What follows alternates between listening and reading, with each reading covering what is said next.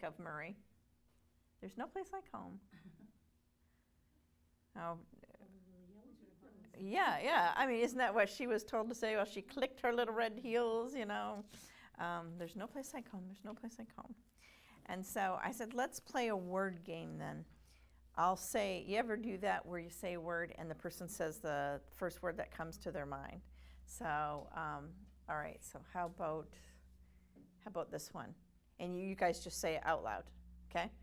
Say whatever comes to your mind out loud. Baby. Okay. I have no clue. What did you say? Okay, we have a teenager in here. I say baby, she says shark. Baby shark, do do do do do do. Let's try another one. How about I say, and just blurt it out. I say candy bar. You say Sweet. Snickers. yeah. What was yours? Snack. Snack. Okay.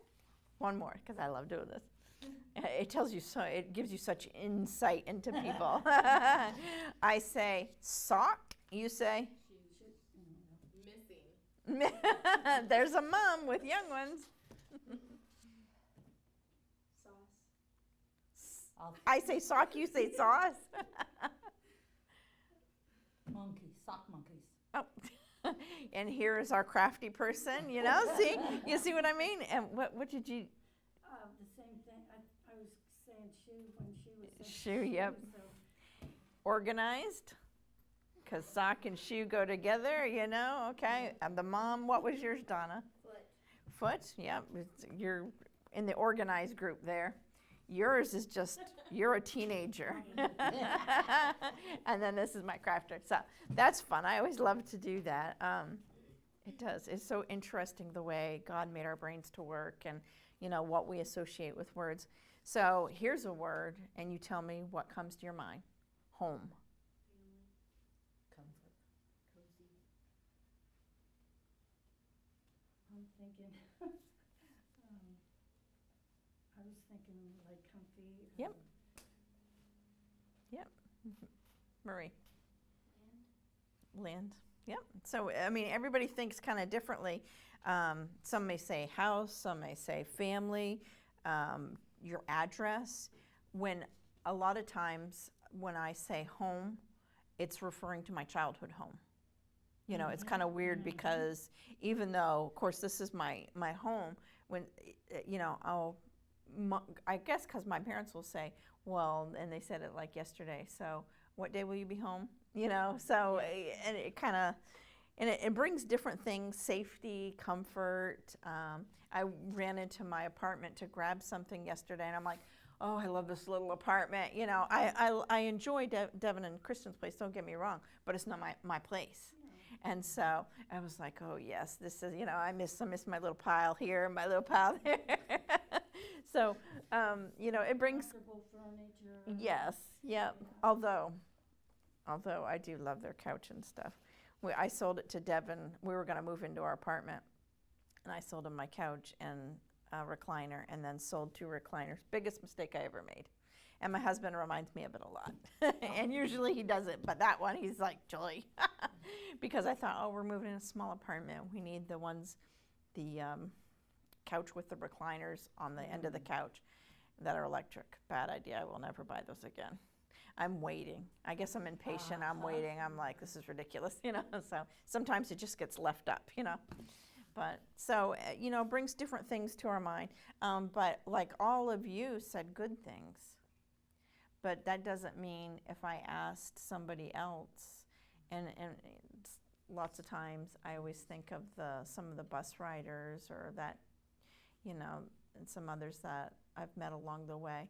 If I say home, the word that they associate is not a positive one. It may be lonely, may be chaotic. Sometimes the children, you know, it's just you go to the doorway and it's utter chaos in the house.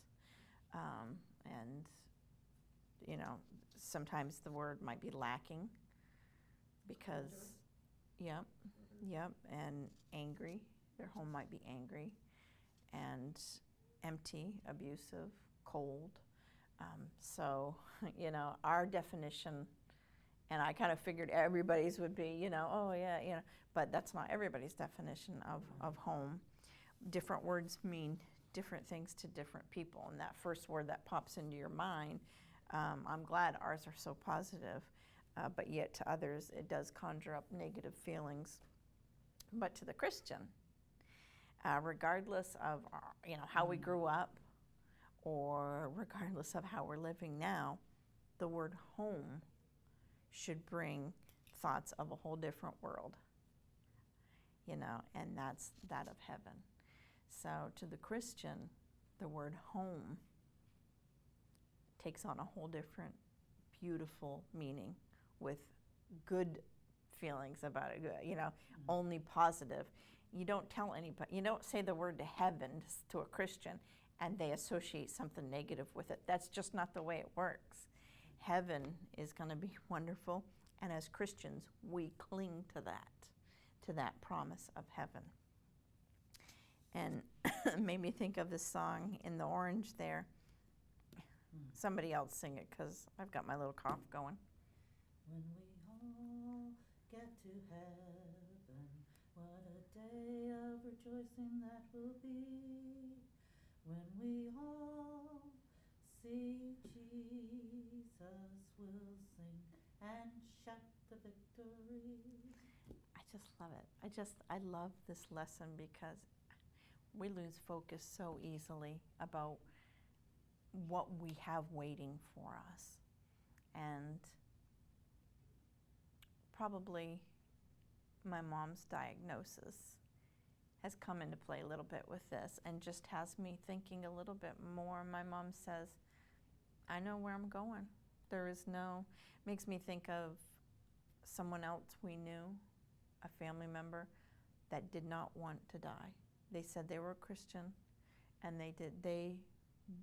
and I can get, like I was telling my husband, well, I don't necessarily want to die right now. I know heaven is going to be wonderful and everything, but I don't necessarily want to die. But this lady was just fought so there was no peace, and she didn't end up even talking to anybody at those last moments anytime leading up to about going to heaven. So it's hard to even really believe that she is in heaven, because wouldn't that be on your mind? Wouldn't that be like what would be in ACE, we talked about the donkey that had the carrot dangling in front of him, and that just kept him moving forward. And we talked about it in relation to putting a carrot in front of the school kids so they have something to work towards. And that's the way it is with a Christian. When you say heaven, or we're talking about our heavenly home, man, that's a motivator, and that's something sweet and wonderful to look forward to. We have an eternal homecoming. And go ahead and sing, Miss Teresa, sing the one in purple, the song. What a day that will be, when my Jesus I shall see, when I look upon his face, the one who saved me by his grace, when he takes me by the hand and leads me through the promised land.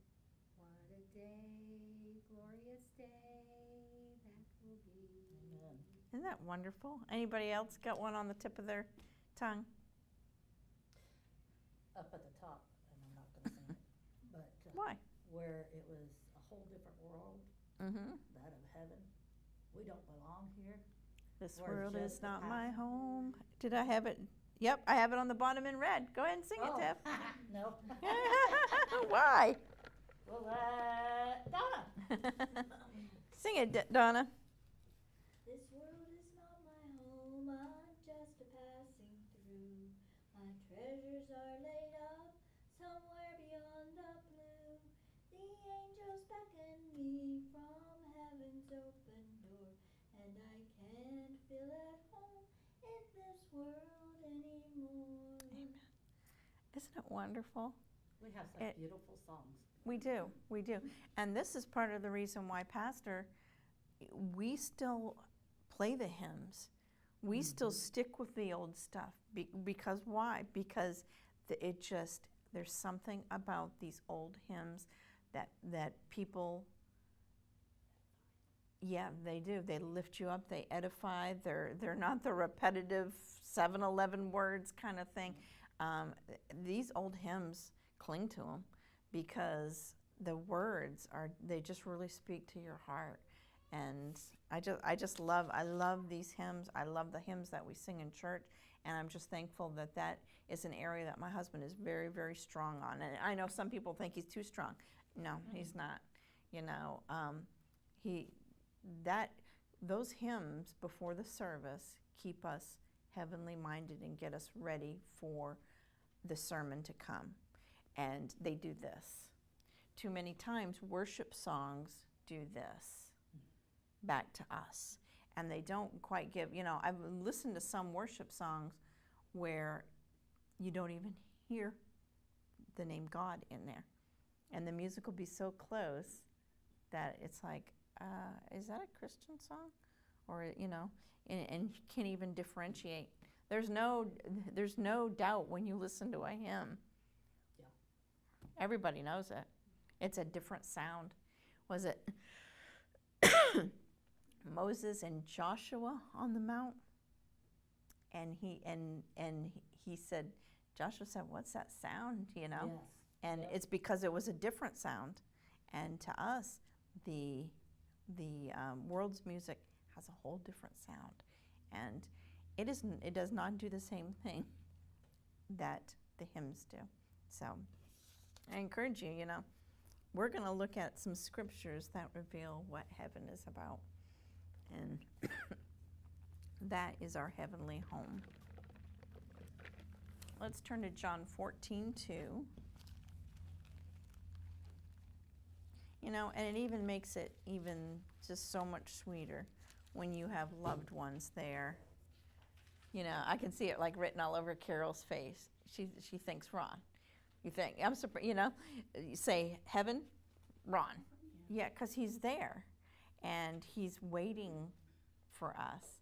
And the Bible talks about so great a cloud of witnesses, you know, and Ron's up here cheering Carol on, going, yeah, keep going. We're almost there.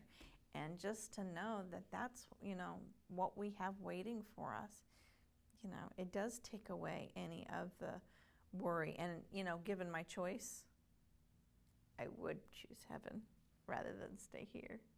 Just because if you think about it, you know, you might feel a little bit torn, but when you really think about it, it's like, wow, being with Jesus, all that he has for us, you just hate to leave loved ones. Yeah. And that's what somebody who is facing terminal illness, that's what they often say is, you know, a saved person is, I'm not worried about me. I'm worried about everybody that's behind and grieving. You know, and you can tell people, don't grieve for me, but, you know, our hearts do hurt. Yes. But there is something to be said, too, hugely, about a celebration of life and a funeral. Those are two totally different things. You guys remember Jim Wilson's celebration of life and Ron's celebration of life? You know, they are very, very different than going to a funeral that has no hope. Right. You know, right. And even sometimes the person may have been saved, but the family members and stuff it is so foreign to them that they still kind of try to unknowingly make it a funeral. And, you know, and we're like, no, this is a celebration of life. They're in heaven, they are looking down, and they, you know, so that's a wonderful, wonderful promise that we have of heaven. So John 14:2, who would like to read that one? I will. Go ahead, Ashley. In my Father's house are many mansions. If it were not so, I would have told you. I go to prepare a place for you. Oh, let's go ahead and read 3 too. Mm-hmm. And if I go and prepare a place for you, I will come again and receive you unto myself. And where I am, there ye may be also. I mean, how wonderful is that to know that not only has Jesus prepared a place for us, but he's prepared a mansion for us, you know? And I think, okay, so one time we lived in the basement of a mansion. Okay, so I say mansion. It was a huge home, and it had a whole basement apartment. And when Pastor was in Bible college, we lived there. And this sweet Southern couple, they lived up above.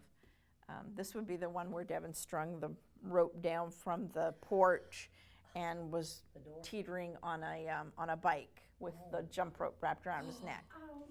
And asked him, you know, when I finally calmed down, and I think Sam saved his life again that time and got me. And I said, Devin, what were you thinking? And he's like, I saw it on Robin Hood, the cartoon.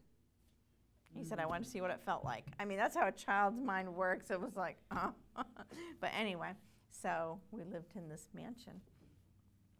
But you know what? That is not going to be anything compared to what God has prepared for us. Mhm. And to know we're going to be there with Jesus, I mean, we really need to stop and spend more time thinking about, I mean, that's our carrot, you know, and just keep going after that carrot, because what a wonderful thought. And it's not a story, it's not a fairy tale, it's not a myth. This is what awaits for us, a mansion. I've got a mansion just over the hilltop. And, you know, even more than that is we're going to be with Jesus. He's prepared it for us, and we're going to be with him. I mean, that right there is one of the biggest things about heaven. It's like, wow, just. And the next one, 1 Corinthians 2:9. 1 Corinthians chapter 2. And I always say this because I always mean it. This lesson is just a launch pad. There are more verses about heaven that you could make this a study this week. 1 Corinthians chapter 2, verse 9. Who would like to read that? Go ahead, Carol. But as it is written, I have not seen, nor ear heard, neither have entered into the heart of the man the things which God hath prepared for them that love him. Thank you, Carol. This just amazes me. It's so wonderful and it's so amazing that no eye here has ever beheld what we're going to see in heaven and the beauty. No ear has ever heard the sounds. It said heard there, 2:9. I hath not seen nor ear heard.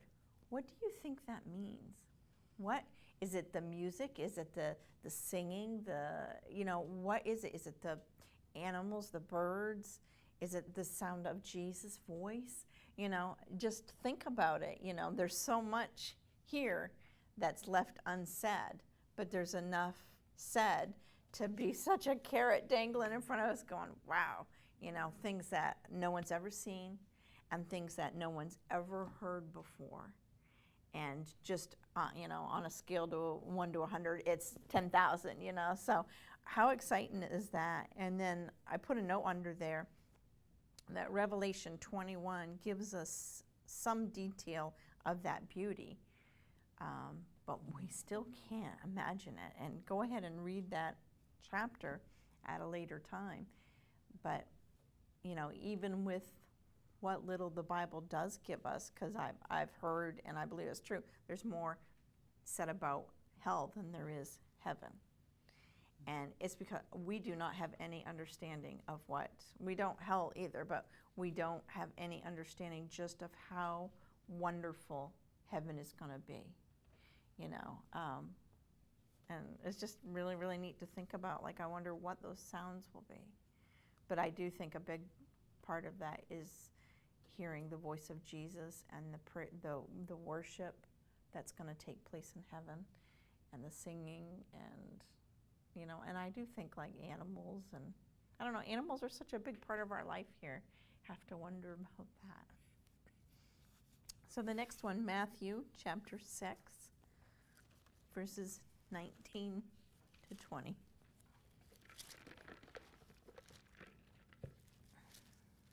Matthew chapter 6. You know, if we thought more about this stuff, I think it would change the way that we live our lives. You know, we just, oh yeah, I'm going to heaven someday when I die. You know, and really, it takes me doing a Sunday school lesson or, you know, or something happening in my life, you know, and that's just human nature. But this is why notes to ourselves are good, sticky notes or index cards, you know, think on heaven, think on these things. You know, the Bible says whatsoever things are true and honest and pure. Hey, heaven is it. Heaven fits that bill, you know, so you could put that verse up and put right under it, heaven, you know, because that's true and honest and wonderful. Just so many things that we don't even know the extent of. I think all of our senses will be so more profound. Mm-hmm. Because whenever you hear about the different things in the earth, I mean, the colors, they say, you know, certain people can see certain things and other people can, or the dogs can and this can, or whatever. And I just think, wow, wouldn't it be something just to see the different bright colors and so many arrangements. So good, because we live in a flawed body, so that's why, you know, I may hear something different than Teresa or see something different. You know, the purple might look different to me than it does to Ashley, but in heaven, you know, we're going to be perfect, and we're going to be just like Jesus, and Jesus sees everything exactly the way it should be. So, yeah, that makes so much And sense. then take that sense, your eyes, Mhm. then your ears, just Yep. think so many things that we could hear Yep. that we never That- heard before. Yep, and that probably, you know, there's a lot of things, like you said, right here that we're just not even hearing. They say dogs hear so much more, you know. Like Gracie, she will hear the truck or the car coming from so far away that I'm amazed, you know. All of a sudden she's like this, and then I get a notification that pastor's, you know, home, which at, And the nose, whenever you talk about the dog, the nose. yeah, Yep. I mean, there's just so much. pretty amazing. All right, Matthew 6:19 to 20. Who would like to read that? Go ahead, yeah. Lay not up for yourselves treasures upon earth, where moth and rust doth corrupt, and where thieves break through and steal. But lay up for yourselves treasures in heaven, where neither moth nor rust doth corrupt, and where thieves do not break through nor steal. So, thank you, Teresa, we've learned that heaven is a place that's been prepared for us and we'll be with Jesus.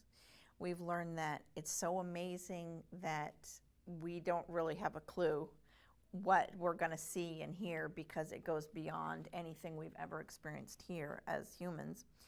And then also, we learn here from this passage that heaven operates much differently than earth, because earth is full of sin. And so that's where all the death and corruption, you know, happen here on earth. But in heaven, there is no sin. So there is no corruption.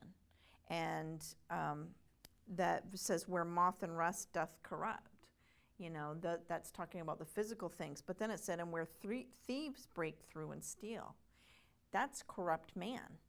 You know, that's sinful nature, sinful man. So, you know, that piece of it is all going to be gone in heaven. There is not going to be any decaying, any of that, any corruption of the things that are there or the people that are there, because it's just going to be perfection. John 3:16, we could probably quote it, but I love to turn in our Bible. John 3:16. You guys must be already there. Marie, would you like to read that?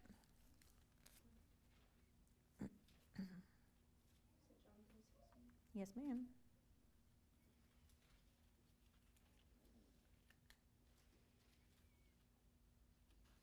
For God so loved the world that he gave his only begotten Son, that whosoever believeth in him should not perish but have everlasting life. I remember, thank you, Marie. I remember learning this verse as a little kid in a youth group with a lady who would bring, she had like a little variety junk store, and she would put small things in a basket. And I remember choosing a little rose pin for my mom out of that basket after I learned this verse. So I have that great memory of that. So we also learn that heaven is a place of everlasting life. Another thing that I think we don't think about enough and we kind of take for granted, you know, oh yeah, I'm going to live forever. No, really, I'm going to live forever. What song does that remind you of? Yep, that one. Do you know that one? Sing it loud. I don't know all of it.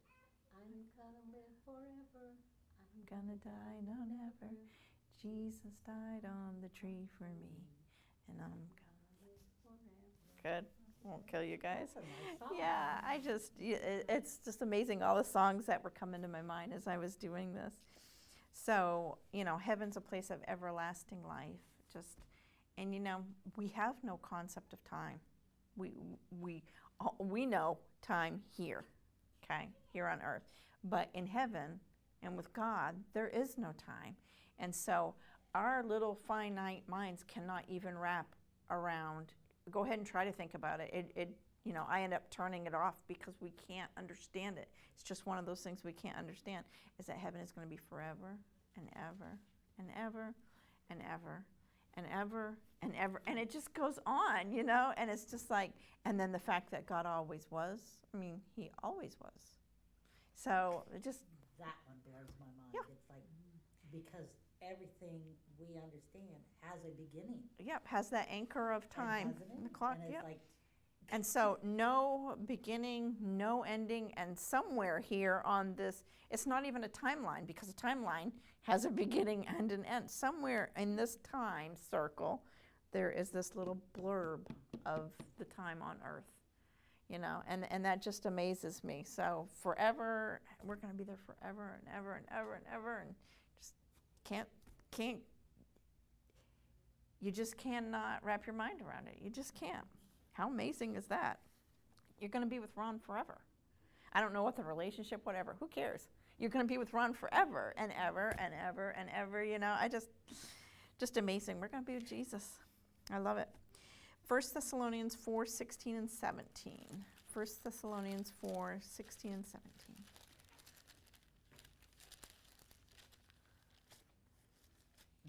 Who's got that one? I do. All right, Tiff, go ahead. For the Lord himself shall descend from heaven with a shout, with the voice of the archangel, and with the trump of God, and the dead in Christ shall rise first. Then we which are alive and remain shall be caught up together with them in the clouds to meet the Lord in the air, and so shall we ever be with the Lord. I mean, and it sounds simple, but it's still a great thing to think about. Heaven is up beyond the clouds. You know, like how far beyond the clouds? Like, how does that work? And then you have the galaxies and the stars, and like, where up there is it? You know, another thing, we're not going to wrap our mind around it. And if you ever go to the Creation Museum, you know, remember leaning back in those chairs and they had what is that place called? Inside, where you do Is it an say it again? Planetarium. Planetarium, yeah. And it was blow your mind. We got a couple of our guys in there and they fell asleep when the chair reclined. I was like, but it was just amazing, you know, and it's like, where up there does heaven start? You know, we're not going to know till we get there, but it's up beyond the clouds, you know. It's just wonderful, just wonderful. 2 Timothy 4:18. I'll read that one. And the Lord shall deliver me from every evil work, and will preserve me unto his heavenly kingdom, to whom be glory forever and ever. Amen. This verse tells us, and there's several others, you can look them up this week, heaven is God's kingdom where God reigns. You know, you always thought about or read about those fairy tales where there's a king and there's a princess and there's a queen and there's enemy, you know. This is going to be God's kingdom, and he is going to reign supremely.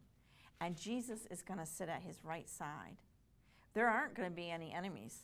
No more This is wars. God. This is going to be God's kingdom, and I love the thought that brings to my mind. Nobody's going to be confused about it. No, when we're in heaven, Everybody's going to understand this is God's kingdom, and we will be praising and worshiping God. He is the ruler of all, and no one's going to say anything to the contrary. We're going to be so busy worshiping Him, and just that blows my mind. I think a kingdom, and it just conjures up like all these rolling hills and these beautiful buildings and just amazing castles. We went to the Disney castle, the Neuschwanstein one in Germany, and just seeing that up on the hill, because we had to kind of walk up there, it just made such a beautiful picture. And you just think of something even magnified, because again, that's a picture that we know here on earth. Heaven has things we haven't even seen, and beauty we haven't even seen. And I wonder, like the colors and just how, will it be grass and rolling hills and be such a green that's like, whoa, Yep. Maybe the grass will be a different color. I don't know. I just know it's going to be so amazing, and that it's going to be God's kingdom. No confusion. He's going to be ruling.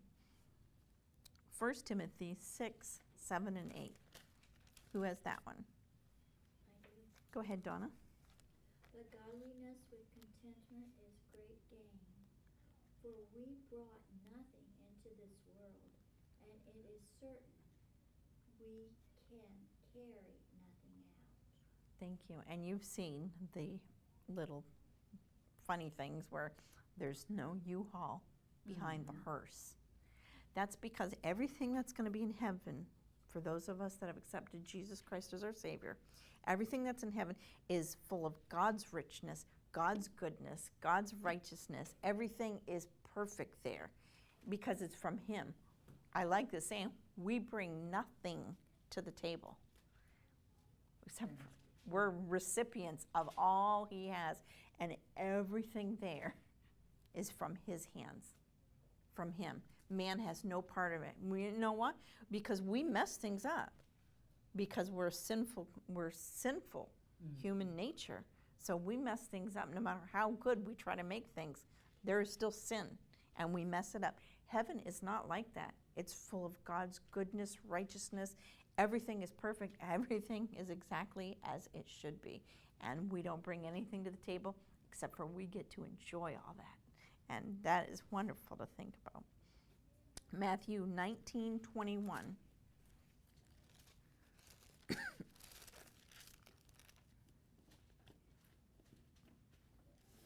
I'll go ahead and read that. Jesus said unto him, If thou wilt be perfect, go and sell that thou hast, and give to the poor, and thou shalt have treasure in heaven, and come and follow me. This verse tells us that we will have treasure in heaven according to our obedience to God here. Okay? We lose sight of that. We think, oh, I can live the Christian life however I want. I'm going to heaven. Yes, that is true. But we don't really understand the workings of heaven and how God has that set up. But we do know that He tells us that when we obey Him here, that we're laying up treasure. What does that treasure look like there? I don't know. All I know is that God says in this verse, verse 21, if thou wilt be perfect, He's telling somebody to do something, go and sell that thou hast, and give to the poor, and thou shalt have treasure in heaven, and come and follow me. Okay? And there's some other verses about laying up treasure in heaven, telling us that, we need to be aware that if we just live our life the way we want it to here, yes, if you've accepted Jesus Christ, you're going to go to heaven. But there is obviously treasure, according to the scriptures, that we're not going to have a part of there. And I don't know what that looks like, but I don't want to miss it. And I keep going back to, after all He's done for me, why wouldn't I want to obey Him? Just like when the kids were little, obey me, you'll have a good life, a good childhood. Just obey me.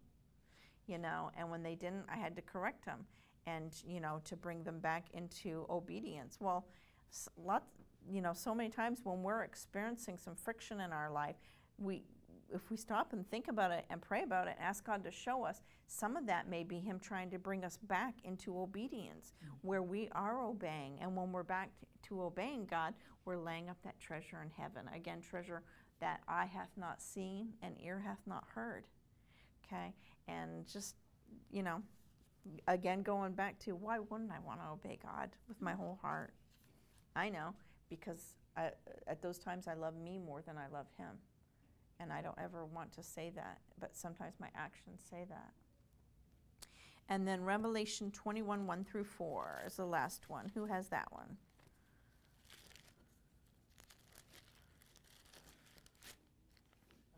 Go ahead, Tiff. And I saw a new heaven and a new earth, for the first heaven and the first earth were passed away, and there was no more sea. And I, John, saw the holy city, New Jerusalem, coming down from God out of heaven, prepared as a bride adorned for her husband. And I heard a great voice out of heaven saying, Behold, the tabernacle of God is with man, and he will dwell with them, and they shall be his people, and the God himself shall be with them, and be their God. And God shall wipe away all tears from their eyes, and there shall be no more death, neither sorrow nor crying, neither shall there be any more pain, for the former things are passed away. Amen. Thank you, Tiff. After the white throne judgment, there will be no more death, sorrow, crying, or pain. No more. Just no more. So there truly is not any place like home for us as believers. And if we could keep that carrot in front of us, we'll live our life differently. We'll live it with more understanding. Mm-hmm. And understand that this life is not about us. It's about God. It's about following God. It's about understanding whose we are. You know, we're children of the King. You know, adjust your crown. We had that lesson once that was similar to that about, you know, just adjust your crown and understand we're daughters of the King. And what we have in store for us is amazing. And God gives us just this little glimpse because he wants us to keep going. He wants us to live a life for him. My mom is one of the best Christians I know. She just is. And she was out there Saturday holding signs. And she's trying to work her chemo out so she can be in church on Sundays. And, you know, so many people, I like to think I wouldn't be one of them, but you don't know until rubber meets road and you're faced with that decision. What are you going to do? But it's the decisions that she's made all along that tell her it's not even an option. Unless I'm sick and I can't get out of that bed, I'm going to church. She's already planning on it. You know, sometimes I have people let me know I'm not going to be at church on Sunday. You know, okay, if you're out of town, I get it. But, you know, otherwise, just plan on being there. Just plan on being here for church. And if you can't, when it comes, then okay, you know, that's understand. But don't plan on not being at church. And that's what I watch my mom. She plans on being at church no matter what happens. And again, we understand her body physically may not be able to. But man, I'm asking God to bless that desire in her heart where she's not even questioning it. Yep. And can I start chemo on Monday so I can have those days to recover and be in church on Sunday? She is. Yes. She's my hero in so many ways like that. Anyway, I didn't mean to cry, but this is my life right now. So, all right. Thank you guys for joining us. Truly, there is no place like home for us as believers.